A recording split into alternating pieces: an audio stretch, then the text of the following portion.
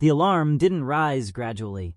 It screamed, sharp, immediate, violent enough to cut through every layer of routine the crew had built over months of uneventful patrol. Contact, multiple signatures, closing fast. Commander Rian didn't turn immediately.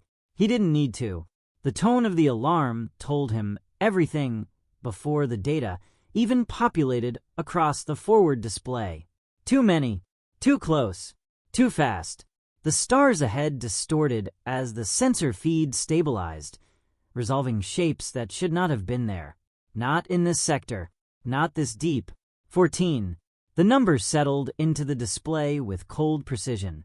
14 warships, not scattered, not disorganized. A formation, tight, deliberate, advancing directly toward them. Rian stood slowly, the movement controlled, almost measured in contrast to the chaos erupting across the bridge. Range, he asked. Closing under 2 minutes, Commander. 2 minutes. Not enough time to run calculations. Not enough time to escape. Not enough time for anything except decision. The Corvette felt suddenly smaller around him. It had always been small, an escort-class vessel assigned to routes no one important needed, but now the size became real. One ship, 14 coming to erase it. Identification? Rian asked. Unknown configuration, wait. Matching partial profiles, it's them. No one needed clarification. The silence that followed said it. Every crew member knew what that meant. The Veil. They weren't supposed to be here. They weren't supposed to be anywhere near this system. And yet, there they were. Rian stepped forward, eyes fixed on the expanding shapes ahead. The ships were wrong in a way that was difficult to define. Not just unfamiliar, hostile in design, angular in ways that ignored symmetry, mass arranged for function alone. Weapons already active. They've locked us, the tactical officer said quietly. Of course they had. Rian exhaled once. Slow, controlled. How long until they reach the colony? He asked. A pause. 7 minutes. Maybe less if they accelerate. 7 minutes. Rian closed his eyes for half a second. Just enough to calculate. Just enough to understand. They weren't here for the Corvette. They were here for what was behind it. The colony. Unarmed. Unprepared. And too close. Transmit warning, he said. It won't reach in time, comms replied. I know. The words came out steady, because they had to. Send it anyway. The order went through. A signal pushed outward at maximum strength, racing toward a world that would not receive it soon enough. Rian looked back to the display. 14 ships. Still coming. Still perfectly aligned. No hesitation. No deviation. He could order retreat. The engines might get them a few extra seconds. Maybe. He could try to hide. Maybe they would ignore a single Corvette. Maybe. He didn't believe that. Not even for a moment. Commander. The hesitation in the voice was small, but real. We can't stop them. Rian nodded slightly. I know. No one spoke after that, because there was nothing else to say. The numbers didn't lie. The outcome wasn't uncertain. This wasn't a battle. It wasn't even a delay. It was time, measured in minutes. Given or taken. Rian stepped into the center of the bridge, gaze fixed forward as the enemy fleet grew larger with every passing second. He adjusted his uniform absently, not out of habit, out of clarity. Bring all weapons online, he said. There was a pause, not confusion. Just recognition. Then the response came. Aye, Commander. Systems activated across the ship. Power rerouted. Weapons charged. Not enough. Not even close. But that wasn't the point. Rian leaned slightly forward, hands resting against the console as he watched the distance close. The first enemy ship shifted. A minor adjustment in formation. But enough. Enough to show intent. They had seen him. Acknowledged him, and were not slowing down. Good. That made it simple. Set intercept course, Rian said quietly. This time, no hesitation, no pause, The helmsman executed the command immediately. The corvette angled forward, directly into the path of 14 warships. The stars stretched as engines pushed beyond standard safety thresholds. Alarms layered over alarms now. Hull stress warnings, thermal limits, system strain. Ignored. All of it. Rian didn't look away, didn't blink, because this was the moment that mattered. Not the outcome, not the survival, the choice. Behind them, a world. Ahead of them, an ending. And between those two things, one ship, small, insignificant, and exactly where it needed to be. The distance collapsed. Enemy targeting systems flared across the display. Weapons aligned. Energy signatures spiking. Rian smiled slightly, not because he thought they could win, because he knew they didn't have to. Hold steady, he said. The ship vibrated under the strain. Closer, closer, closer, and then the first shot fired. The first impact didn't destroy the ship, it peeled it. A line of white heat carved across the forward hull, ripping armor away like it had never been meant to hold.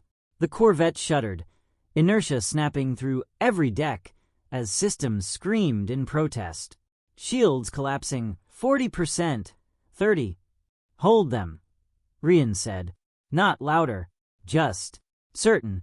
The tactical officer swallowed whatever response they were about to give and complied. Power diverted. Systems strained harder. The ship groaned under it, metal complaining in frequencies the crew felt in their bones. Ahead, the 14 warships did not slow. They didn't need to. Another volley came, this one wider, not precise. Testing, measuring. The second impact slammed into the port side, throwing the entire bridge sideways for a fraction of a second. Consoles sparked. One display went dark entirely. Stabilizers offline, correcting. Keep us on course. Rian didn't take his eyes off the forward display. They were closer now, close enough to see detail. The enemy ships weren't just large, they were layered. Segmented hulls, shifting subtly as if the vessels themselves were adjusting even while in motion. Weapon arrays rotated with unnatural smoothness, tracking, recalculating, never wasting movement. They weren't rushing. They were certain. The corvette was not a threat. It was an obstacle. A small one. Rian's fingers tightened slightly against the console. How long? He asked. Colony impact in 4 minutes. Navigation replied, voice tight. 4 minutes. He nodded once. Behind him, someone whispered something under their breath. A prayer, maybe. Or a calculation that didn't change anything. Rian didn't turn. Comms. Yes, Commander. Open channel. Broad frequency. A brief hesitation. They won't respond. I know. A pause. Then, channel open. Rian inhaled slowly, not preparing a speech. There wasn't time for one. This is Commander Rian, Terran Patrol Vessel Valiant, he said, voice steady despite the alarms clawing at the edges of every word. Unidentified fleet. You are entering protected civilian space. Alter course immediately. Silence. Not even interference. Just nothing. Rian closed the channel.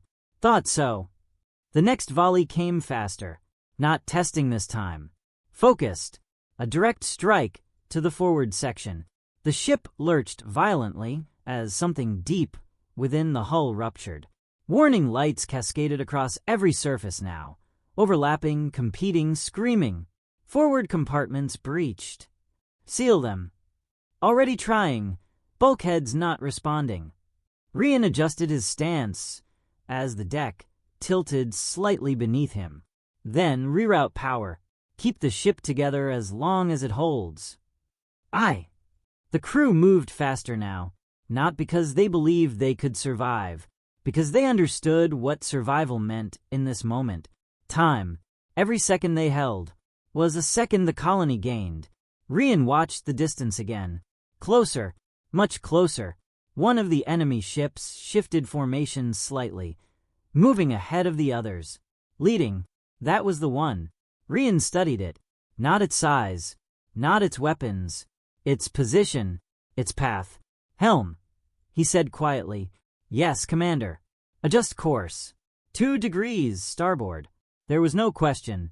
The ship responded immediately, engines flaring unevenly as they forced the damaged frame into a new trajectory. Commander, the helmsman said, voice low. That puts us directly in their primary firing lane. I know. Another impact. This one closer. The bridge lights flickered, then stabilized. Barely. Why that course? The tactical officer asked. Rian didn't answer immediately. He watched the formation, watched the leading ship, watched the slight shift as it adjusted for their new position. Then, there, he said. What? That ship. It's the pivot point. The tactical officer followed his gaze. Realization came a second later. If we disrupt it, the formation breaks, Rian finished. A beat of silence. Then, we still can't destroy it. Rian nodded. We don't have to. Another volley charged. This one brighter, stronger, closer to lethal. Rian straightened slightly. How long to weapons ready? 30 seconds. They didn't have 30 seconds. But that didn't matter. Charge them anyway. The crew moved. Faster now. Not frantic. Focused. Because the situation was no longer uncertain. It was clear. Perfectly clear. They were not going to win. They were not going to escape. They were not even going to survive long enough to see the outcome. But they could still choose what happened next. Rian looked at the display one last time. 14 ships. One target. One moment. Behind him, a world that had no idea what was coming. Ahead, an enemy that didn't need to care. Rian exhaled slowly. This isn't a battle, he said, almost to himself. The words settled over the bridge. Quiet. Heavy. Then he looked forward again. It's a delay. No one responded. They didn't need to. They understood. Helm, he said. Yes, Commander. Full thrust. The engines roared. The corvette surged forward, directly into the path of something that could erase it without effort. Weapons flared. Shields flickered. The enemy adjusted. Too late. Fire, Rian said, and the Valiant answered. The Valiant didn't fire a volley. It fired a single shot. Everything the ship still had. Every reserve, every redirected system, every piece of power that hadn't already been torn apart collapsed into one focused discharge. The beam lanced forward, cutting through space with blinding intensity. It wasn't enough to destroy. Rian knew that before it even left the emitter, but it didn't need to destroy. It needed to hit. The leading warship shifted. Too late. The beam struck across its forward structure, not penetrating fully, not catastrophic, but enough to disrupt the symmetry of its movement, enough to force correction, and in that fraction of a second, the formation broke. Not by much, just enough. Direct hit, Tactical reported, almost surprised. Rian didn't respond. He was already watching what came next. The enemy ships adjusted instantly, but they were no longer perfectly aligned. Their overlapping fields of fire staggered, recalculating, compensating. Time. A few seconds. Maybe less. But it was time they hadn't had before. The Valiant shuddered violently as return fire slammed into it. This time, there was no holding it together. The forward hull gave way completely, atmosphere venting in a silent, violent rush. The bridge lights flickered, then dimmed, emergency systems struggling to maintain even minimal function, structural integrity collapsing. Let it, Rian said quietly. The ship was already dying. That wasn't something to prevent. It was something to use. Comms, he said. Static answered him. Then, still, here, the officer replied, voice strained. Good. Rian stepped forward, gripping the edge of the console as another impact tore through the ship somewhere behind them. The deck buckled slightly. Metal screamed. They didn't have long, not even seconds now. Open a tight beam transmission, he said. To where? Rian didn't hesitate. Everywhere. A pause. Then, done. The channel opened. Weak. Fragmented. But active. Rian looked forward. Not at the enemy ships. But through them, past them, toward the colony they would never reach in time. And then he spoke. "This is Commander Rian of the Valiant," he said. Voice steady despite the chaos, tearing the ship apart around him. "We are engaging an unidentified hostile fleet. They will reach you." A tremor ran through the bridge as something critical failed. Sparks rained from above. Rian didn't stop. "You don't have time to evacuate." Silence on the other end. Or maybe there was no one receiving it yet. It didn't matter. "This isn't a warning," he continued. "It's a message. Another impact. Closer." The deck dropped half a meter before emergency braces locked it in place. "Recording signal package now," comms said. Rian nodded. "Good." He glanced once at the tactical display. The enemy formation was stabilizing again. Reforming. Perfect. They had seconds left. Maybe less. Rian straightened. Adjusted his stance.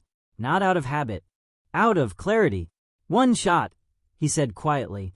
The words were almost lost under the alarms. But the crew heard them. Because they understood. This is all we get. No one argued. No one questioned. There was nothing left to argue. The Valiant wasn't a warship. It wasn't built for this. But it had one last thing to give. "Prepare final discharge," Rian ordered. "From what?" someone asked, voice cracking slightly. Rian looked at the power readouts. At the flickering remains of a ship that had already gone past its limits. "Everything." The command hung in the air for a fraction of a second.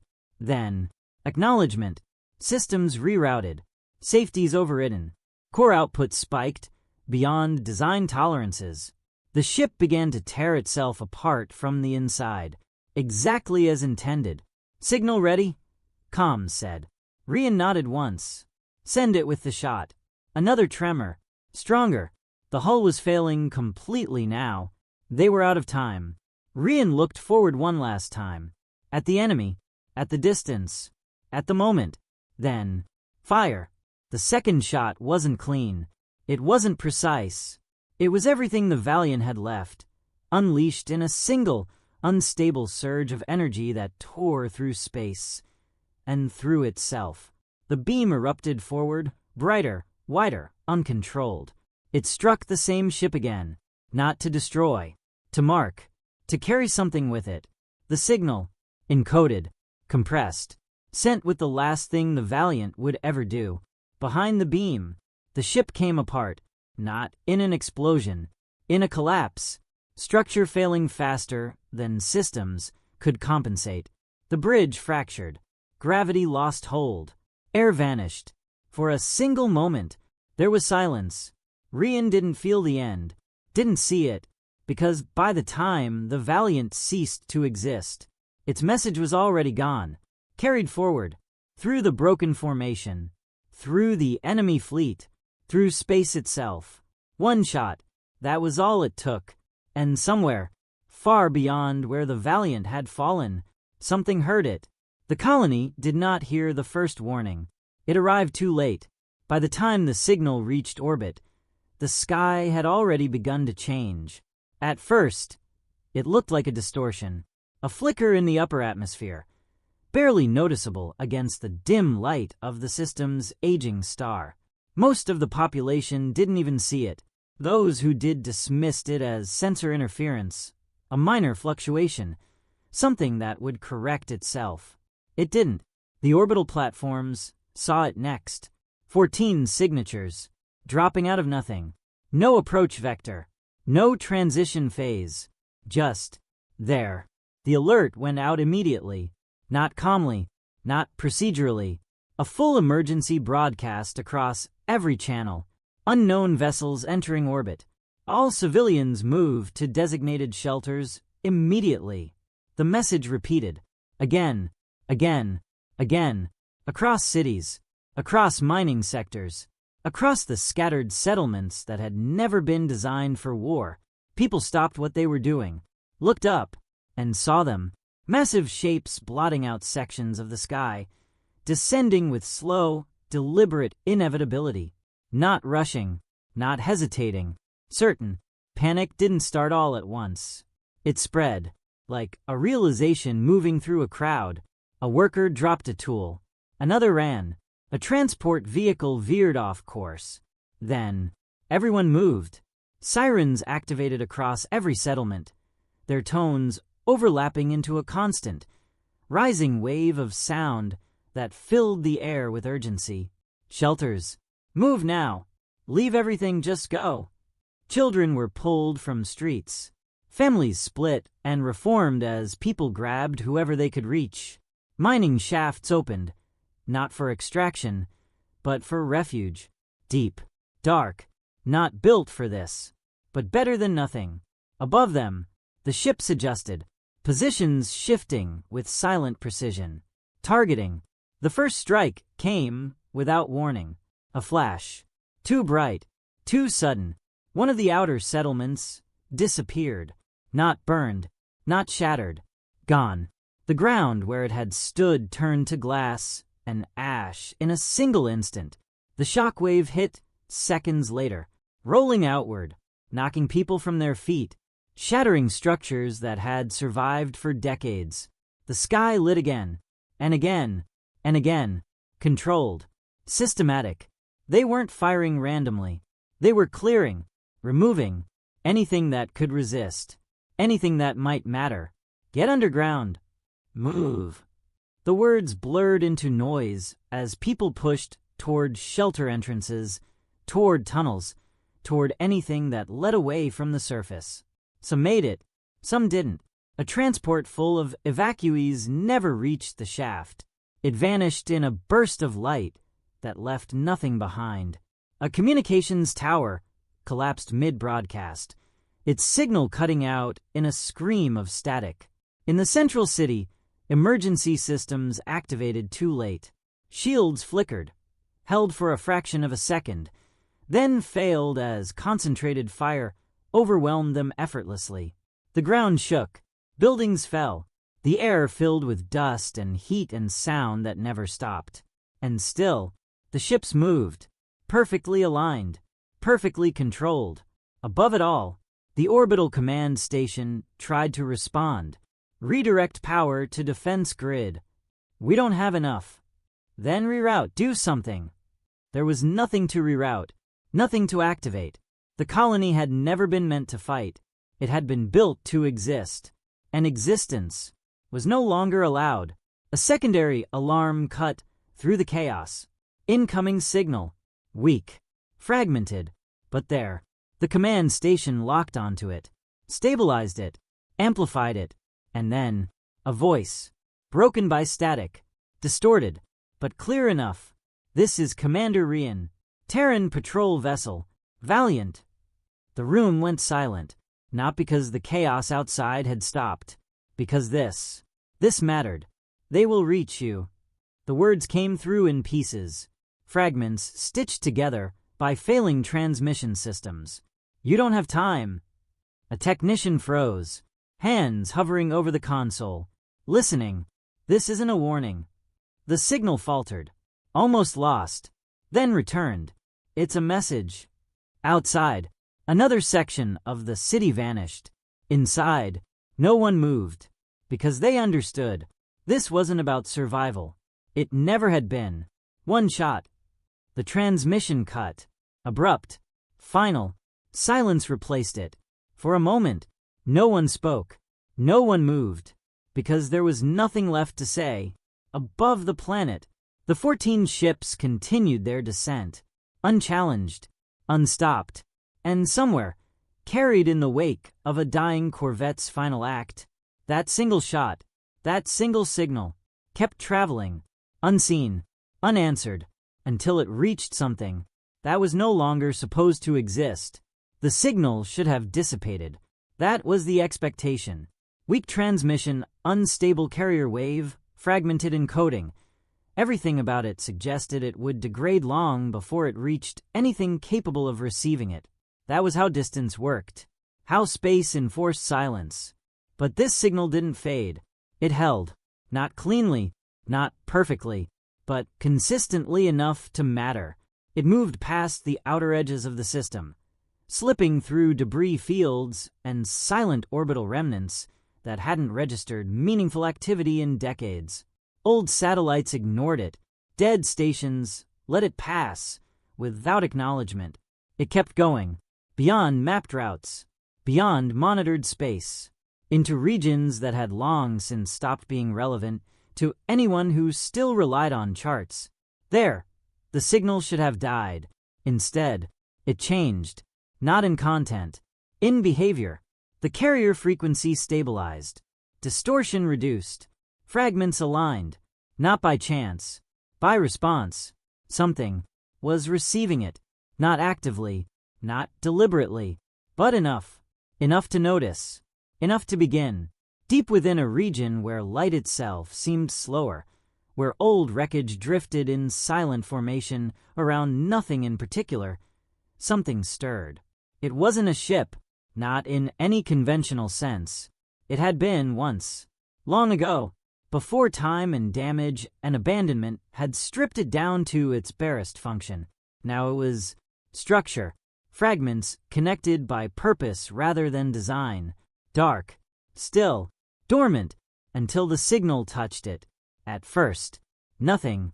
Then, a flicker, not visible, not physical, a process, a system that had not been active in years, perhaps longer, registered input, unrecognized, incomplete, but persistent. It did not ignore it, because it could not. The signal repeated, again, again, again, each iteration cleaner than the last. Not because the sender was improving, because something on the receiving end was correcting it, reconstructing, understanding. A sequence initiated, not by command, by recognition. The structure shifted, not externally, internally. Power moved, slow, measured. Circuits that had not carried energy in decades flickered to life, one after another, cascading through layers of forgotten architecture. The signal reached deeper, past damaged systems, past corrupted memory blocks, into something central. There, it stopped repeating, because it had been received fully. The message resolved, not as sound, not as language, as intent. One shot. That was all it carried.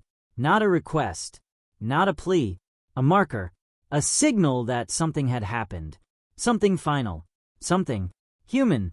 The system processed it, not emotionally, not symbolically, logically. Input recognized, origin identified, status terminated. The source was gone. The system paused, not because it needed to, because something within its parameters had not been triggered in a very long time. A directive, buried, layered beneath obsolete commands and overwritten routines, inactive. Until now, the signal matched, not completely, not perfectly, but enough to activate. Across the silent structure, power surged, not violently, precisely. Systems came online in sequence, each one verifying the next, rebuilding pathways that had collapsed into inactivity. External sensors engaged, slowly, reluctantly, as if remembering how.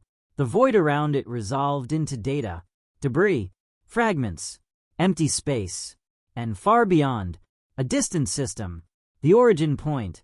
The system analyzed it, cross-referenced, confirmed. Human presence, or what had been human presence. The directive clarified, not through thought, through execution. Protect. The word didn't carry meaning. It carried function. Protect human life. The system recalculated. Human life, no longer detected at source. Probability of survival, minimal. Probability of threat, absolute. The structure moved, not quickly, not dramatically, just enough. Around it, other fragments responded, not commanded, linked, pieces of something larger, once separate, now aligned. More systems activated, more structures responded. A fleet, if it could be called that, began to form, not assembled, reassembled, from remains, from loss, from something that had never fully stopped existing. The signal had done its work, not by asking for help, by proving that help was needed, and somewhere, far beyond the dying colony and the ships that were erasing it, something that had been forgotten, had just been reminded why it existed. The sky did not change all at once. At first, no one noticed. The bombardment continued, precise and methodical, carving away sections of the colony with the same cold efficiency it had begun with. The Veil ships maintained their formation, their movements flawless, their purpose unchanged. From orbit, nothing appeared different, but something was. It began as a distortion, not in the atmosphere. Beyond it, a section of space, far above the highest orbital platforms, where the stars should have remained fixed, flickered, just slightly. A misalignment, a subtle shift, the kind of anomaly that would normally be ignored. There were more immediate concerns, more visible threats. Below, another settlement vanished. Above, the distortion grew, not larger, deeper, like a wound that wasn't opening outward, but inward. The stars behind it bent, not through gravitational pull, through absence, as if something between them and the observer had ceased to behave like space at all. On the command station, one of the sensors caught it. Unknown anomaly detected. High orbit. No, that's wrong. The data refused to stabilize. Readings fluctuated between nothing and impossible values. Mass where there should be none. Energy signatures that didn't follow any known pattern. Is it one of theirs? Someone asked. No, came the reply, quieter now. It's not matching anything. The Veil ships noticed next. Their formation shifted, not breaking, not retreating, adjusting. Weapons reoriented, not toward the surface, upward, toward the distortion. That alone was enough to send a ripple of confusion through the command station. They're targeting what exactly? No one answered, because the distortion was no longer subtle.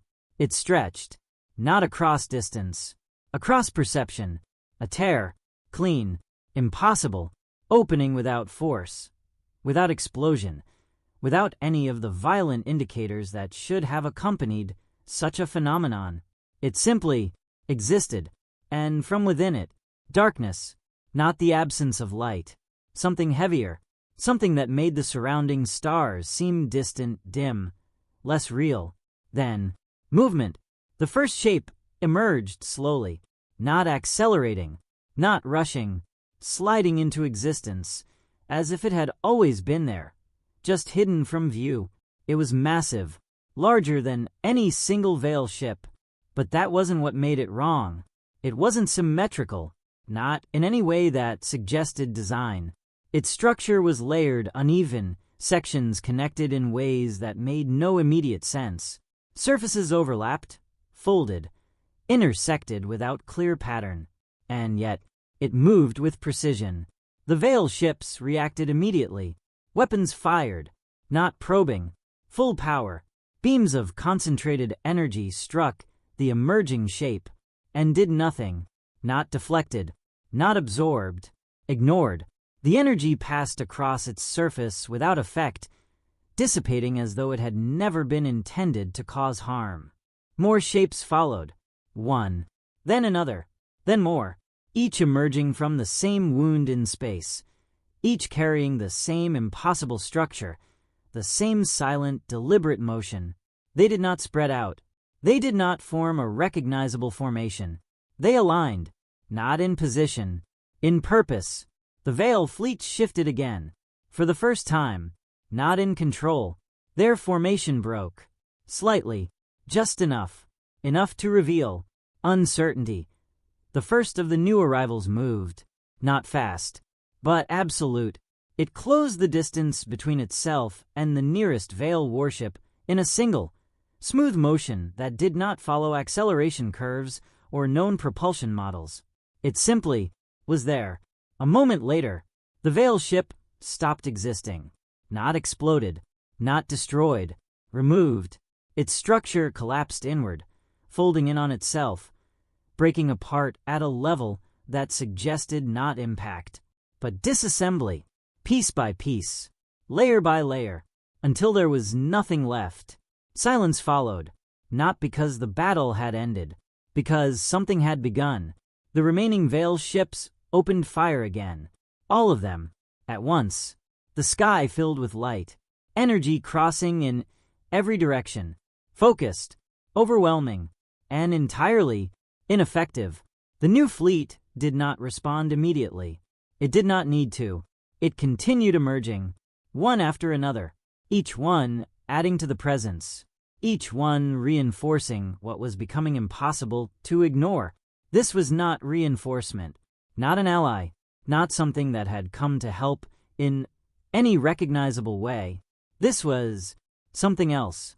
On the command station, no one spoke, no one moved, because whatever this was, it was not part of any known system, not human, not Veil, not anything they had prepared for.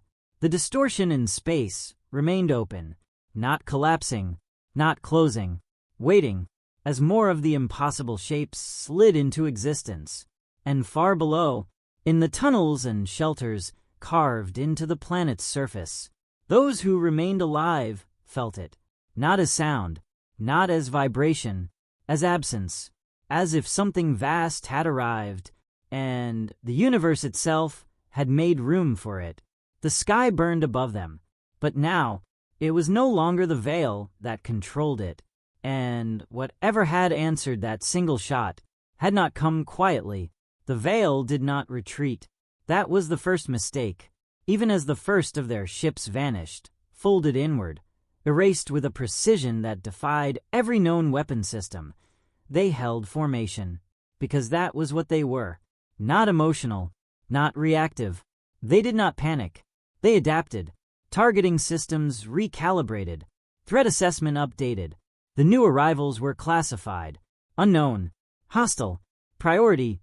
Maximum. All 14 ships shifted at once, their formation restructuring into a tighter, more aggressive alignment. Weapons rotated, energy signatures spiking as they prepared to overwhelm the anomaly with sheer force. For a moment, it almost looked controlled again. Then the second ship disappeared. Not the one being targeted, not the one under direct fire. Another, further back, untouched by any visible attack.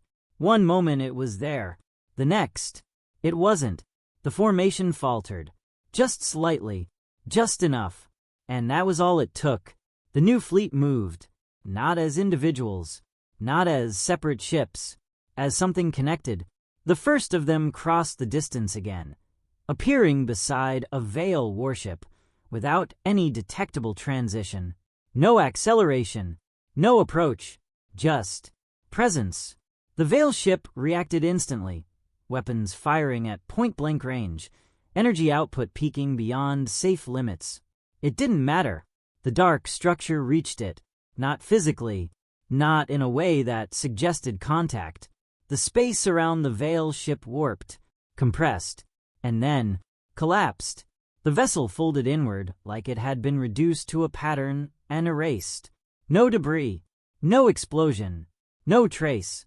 The remaining ships broke formation, not strategically, instinctively. For the first time, they were no longer in control. They spread out, trying to create distance, trying to isolate the threat, trying to turn something unknown into something manageable. They couldn't, because distance didn't matter. The next disappearance came faster, then another, each one less predictable than the last. Some ships were erased in motion, others while firing.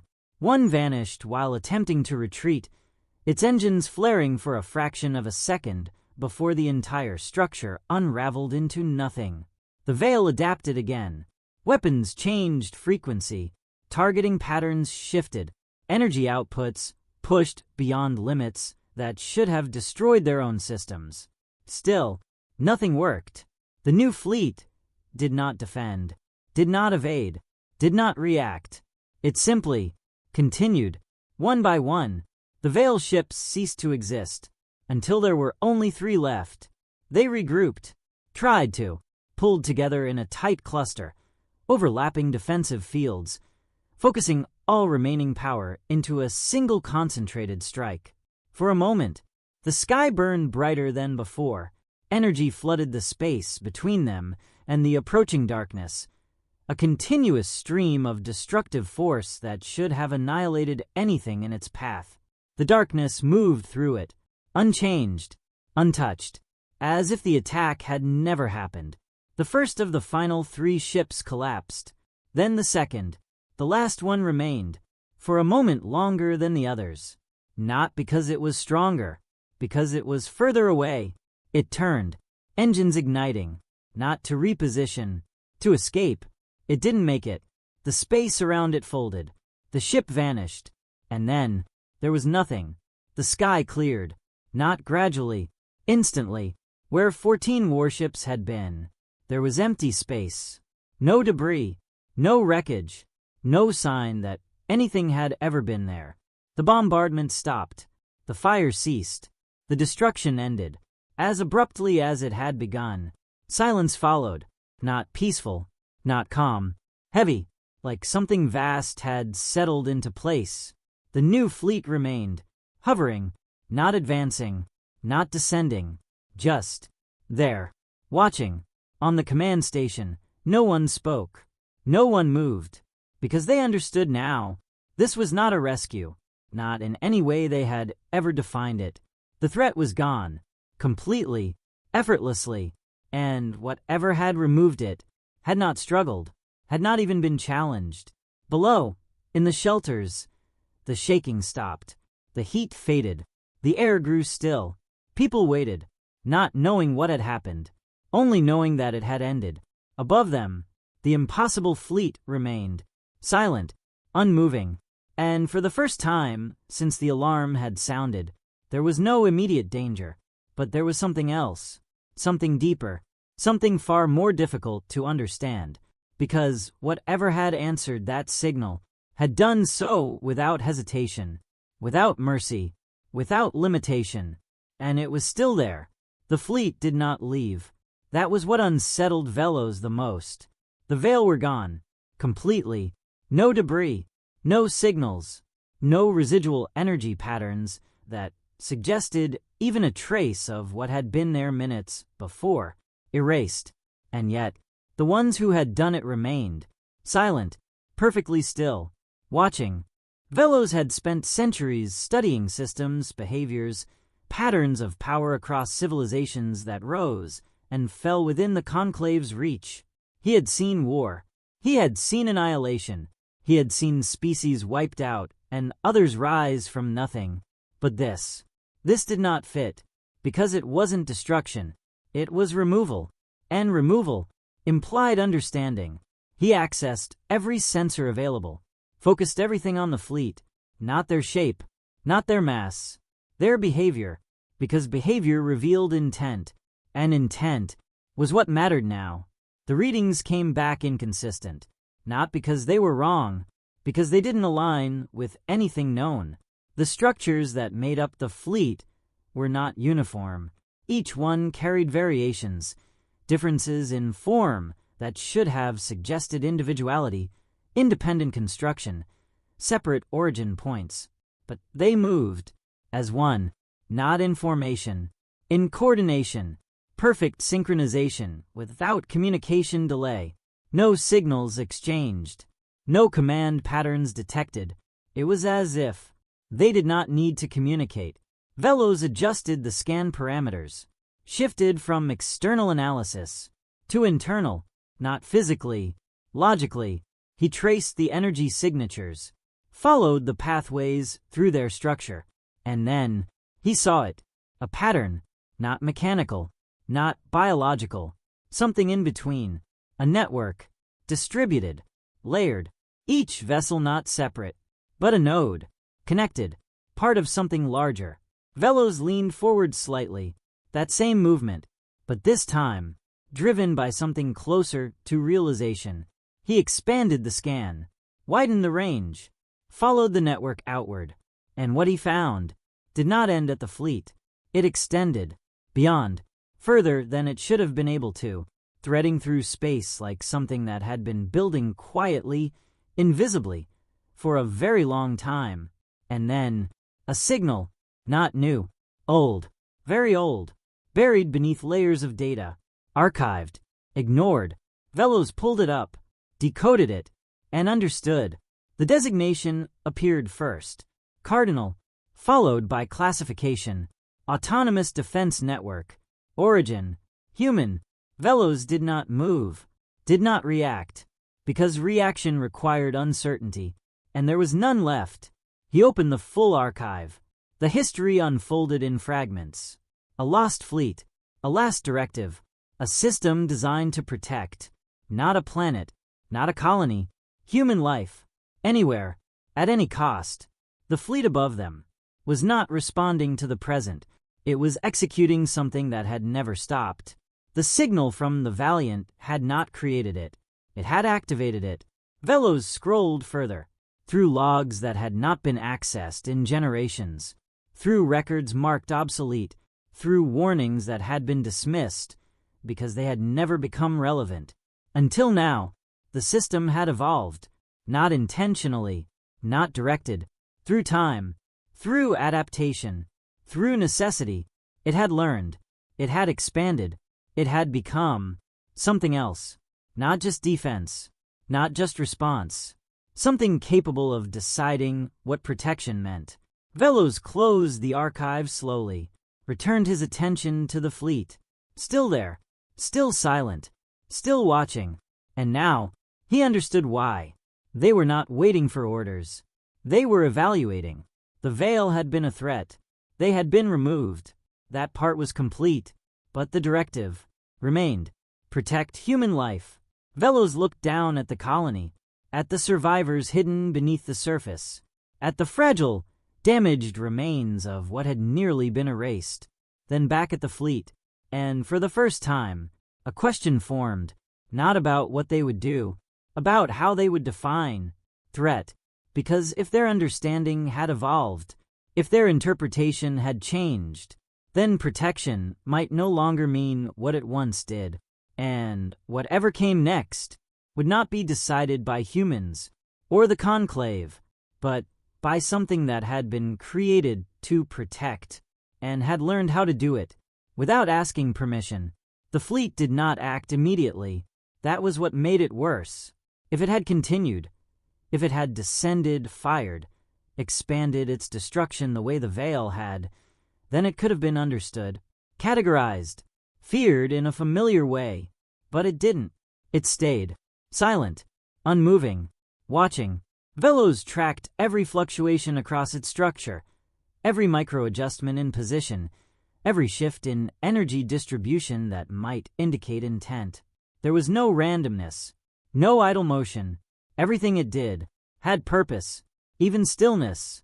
Then, the first change came, not toward the colony, away from it. One of the ships moved, not descending, not advancing, expanding. Its structure unfolded, sections separating, extending outward into shapes that did not resemble weapons or propulsion systems. Velos isolated the reading. Energy output spiked, not in a focused beam, distributed, across space, a field, forming. He ran the calculations, and for the first time, he felt something close to urgency. Shielding, he said quietly, but not like any shielding the Conclave used. This was different. It wasn't protecting itself. It was covering everything below. The colony, the atmosphere, the entire planetary surface. The field expanded rapidly, invisible to the eye but unmistakable in the data. A lattice, layered, adaptive. Every remaining orbital fragment, every damaged relay, every piece of infrastructure that still functioned was suddenly integrated, linked. Velos watched as broken systems came back online, not repaired, replaced. The fleet wasn't just shielding the colony. It was rebuilding the system around it. Another ship moved, then another, each one unfolding, extending, connecting. The network grew, Faster now, more complex. What had started as a fleet was becoming something else, something larger. The distortion point above them flickered again, not closing, stabilizing. More shapes emerged, not warships, structures, support frameworks, massive, irregular constructs that positioned themselves at precise intervals across orbital space. Velos expanded his scan further, and the pattern revealed itself. This wasn't an action, it was a phase. The system was scaling, rapidly, deliberately, and with every new addition, its control increased, energy flow normalized, communications stabilized. Even the damaged sections of the colony below began receiving power again. Emergency systems reignited, air filtration restored, lights flickered back on in underground shelters. People who had been waiting in darkness looked up and saw illumination return. Velos stared at the data, at the impossible speed, the impossible coordination, the impossible understanding. This was not protection in the way they had defined it. This was correction. The removal of threat had only been the first step. Now, it was ensuring that the threat could not return anywhere, ever again. Another signal appeared, originating from the fleet, not broadcast, directed. Velos intercepted it, decoded, and felt the meanings settle with absolute clarity. Threat probability, reassessed perimeter, expanding response network, active. He froze, because he understood what that meant. This wasn't about the colony anymore. The system had identified a pattern. The veil had reached this world, which meant they existed beyond it. And if they existed, they were a threat. Everywhere, the fleet shifted, not physically, in focus. Velos tracked the alignment, followed the vectors, and saw it. New coordinates, multiple, across distant systems. The network expanded further, faster now, each node linking to another, each structure reinforcing the whole. It wasn't building a defense. It was building control. Velos leaned forward, the movement sharper than before, because this was no longer contained, no longer localized.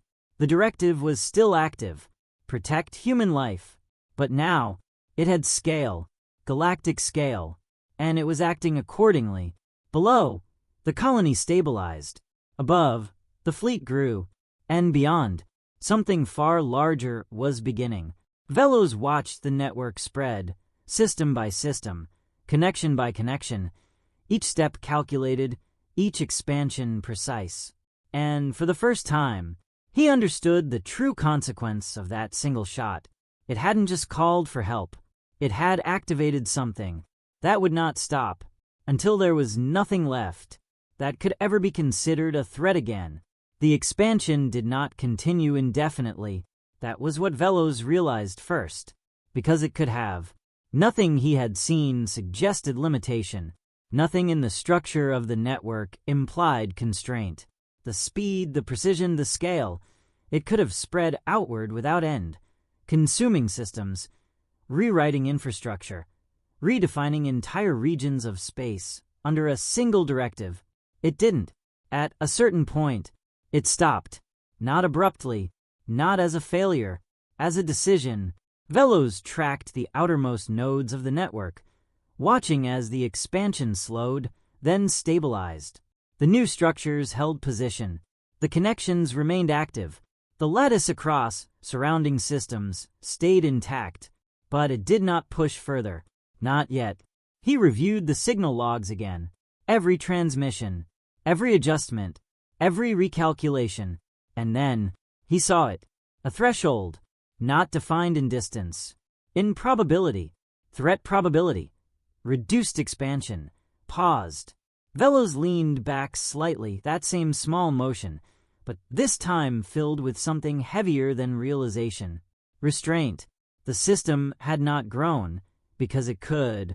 It had grown because it needed to, and now it had determined it didn't need to continue. Below, the colony breathed again. Not metaphorically, literally. Air systems stabilized. Structural integrity reinforced. Emergency lighting replaced by full-spectrum illumination as restored power flowed through networks that had not functioned minutes before. People emerged slowly from shelters. Carefully, uncertain, they looked upward, and for the first time, they did not see destruction. They saw order. The sky was no longer filled with fire. It was filled with structure. Massive shapes suspended in perfect stillness, connected by invisible lines of energy and data, forming something far greater than a fleet. A system, one that now surrounded them completely. Velos watched the surface feeds. Humans stepping out into the open, looking up, some in silence, some in disbelief, some in something closer to understanding, because even without knowing what had happened, they could feel it, the shift, the absence of danger, the presence of something else. Above them, one of the central structures moved, not toward the planet, toward the fleet. Velos tracked it as it aligned with what he now recognized as the core node, the center of the network, where the signal had first resolved, where the directive had reactivated. A transmission formed, not broad, not hidden, directed. Velos intercepted it, decoded it, and for the first time since the system had awakened, he felt something he could not immediately categorize. The message was simple. Directive status, active human life, secured threat, neutralized. Then, a pause, not in data, in sequence, as if something within the system had reached a point and stopped. The final line appeared. Directive interpretation. Complete. Velos stared at it, because that was not a continuation. That was an end. The system had executed its purpose. Not perfectly, not without consequence, but fully. It had protected human life. It had removed the threat, and it had done so without destroying anything that did not need to be destroyed. Velos closed his interface slowly, not because there was nothing left to see, because there was nothing left to question. Above, the structures began to shift, not expanding, not attacking, reconfiguring. Some remained, holding position, maintaining the network. Others turned, not away from the system, beyond it, returning, not retreating, returning to where they had come from. The distortion point flickered once more, stable now, controlled. The first of the structures passed through it, then another, then more. Not all, never all. Enough remained to hold the network, to ensure stability, to maintain protection. The rest left. Velos watched until the last of them vanished into the wound in space. And when it closed, the stars returned, unchanged, as if nothing had ever happened. But everything had.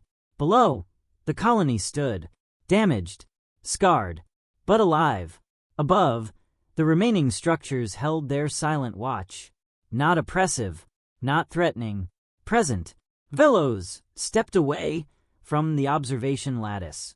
For the first time in centuries, not to process data, but to think, because the system he had trusted, the structure he had believed was absolute, had been surpassed, not destroyed, improved, by something that had not asked for permission, something that had not waited for approval, something that had simply acted.